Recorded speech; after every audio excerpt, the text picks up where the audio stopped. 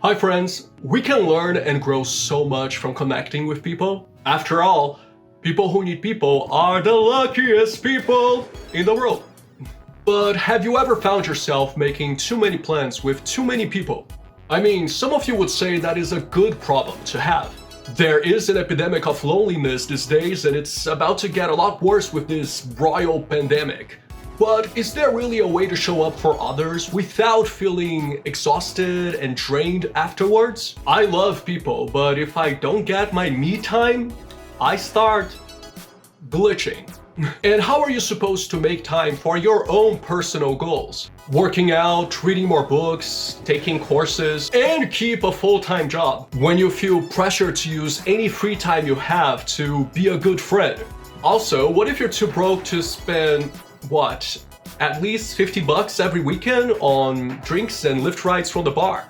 Or how do you deal with people who you just don't vibe with anymore? Not that there's anything wrong with them, but you're just in an incompatible frequency now.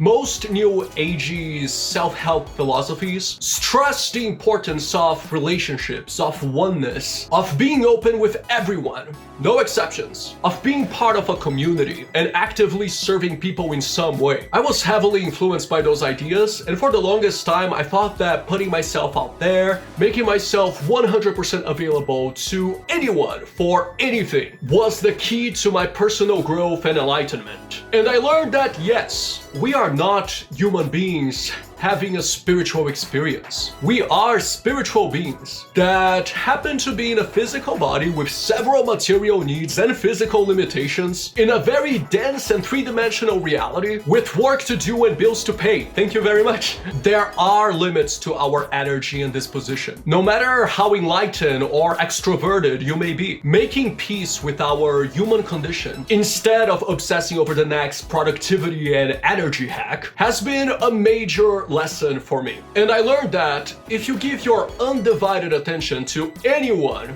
who comes into your life while completely neglecting your own needs, you will start resenting people, even if subconsciously. In life coaching, we go over how to honor your yes and your no. Is what you've been saying yes to in alignment with your current goals, or is it steering you off from them?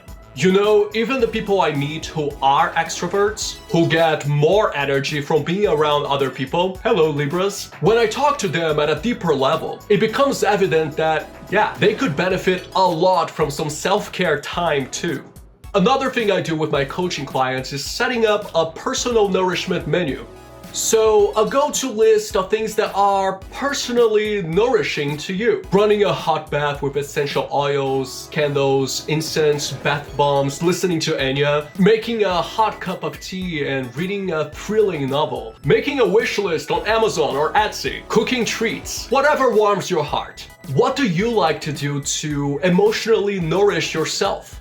Let me know in the comments. I could use some ideas. I understand that we are all interdependent. If anything, it is wise to let your loving and caring for other people to motivate you and inspire you. That's how most of us operate. We live for other people, and the divine exists in other people too. And we all carry that beautiful spiritual essence within. But frankly, it's like most of us forgot how to enjoy our own company too. Is it because we are scared of what might surface if we spend too much time on our own?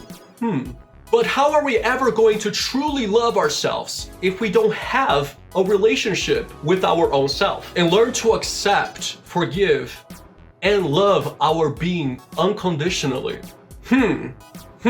If making me time is something you're struggling with, remember, there is always a loving way to voice your need to recharge and be with yourself. All you have to do is express gratitude. Thank you so much for thinking of me. And be honest. I think I just need to be with me, myself, and maybe a glass of wine tonight. That's it. There is this fear that things will get weird and that your friendships will be over if you don't show up for them as much. Yet, the real keepers in your life are the ones who support you in your showing up for yourself. You can't nourish anyone with an empty cup.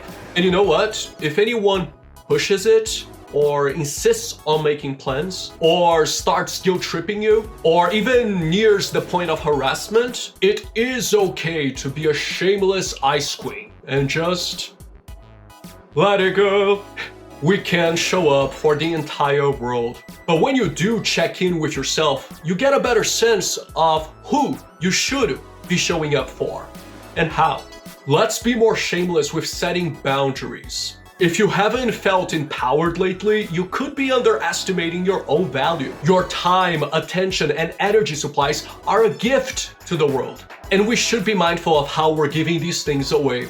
And if you related to that too broke to go to bars part, working with a financial expert can help you in a number of ways. My friend Hans, for instance, was a godsend to me. It was so good to have someone knowledgeable and non-judgmental help me see a way out of my financial burden. I'm already hard enough on myself with some of the financial mistakes I made, so working with someone loving made all the difference. You can check him out at lgbtfinancial.org if you like. Oh, I almost forgot. 2 tarot cards that relate to this topic are the Four of Swords, which means it's time to rest and recharge and reap the benefits of taking a break from life. And the Hermit, of course, which stands for retreating from the outside world to focus on self-discovery. I must also warn, as someone who has dealt with depression, as I've talked about before in my video titled, Do Spiritual People Struggle with Mental Health? It is vital to not let your reclusion turn into complete social isolation. It's very easy to enter an antisocial spiral, especially if you've been dealing with mental health challenges. We are still social beings, so having a few friends you could meet for coffee with at least once a week, just to check in with one another, is really helpful in keeping our natural need for connection in check. If this video was relatable or helpful to you, please leave a like and share this video. And please don't forget to follow and subscribe. Por favor. It is not your job to educate everyone about spoon theory. Being loving isn't about sacrificing yourself for anyone. It is having the courage to love your own self first. Radiate the awesomeness that only comes from self-love. And by that, be a reminder to others that they are also allowed to do the same. And wherever you are in your journey right now, remember that there is no such thing as misfortune, only blessings in disguise. My name is David Tessis, and thank you for checking in. Adeus.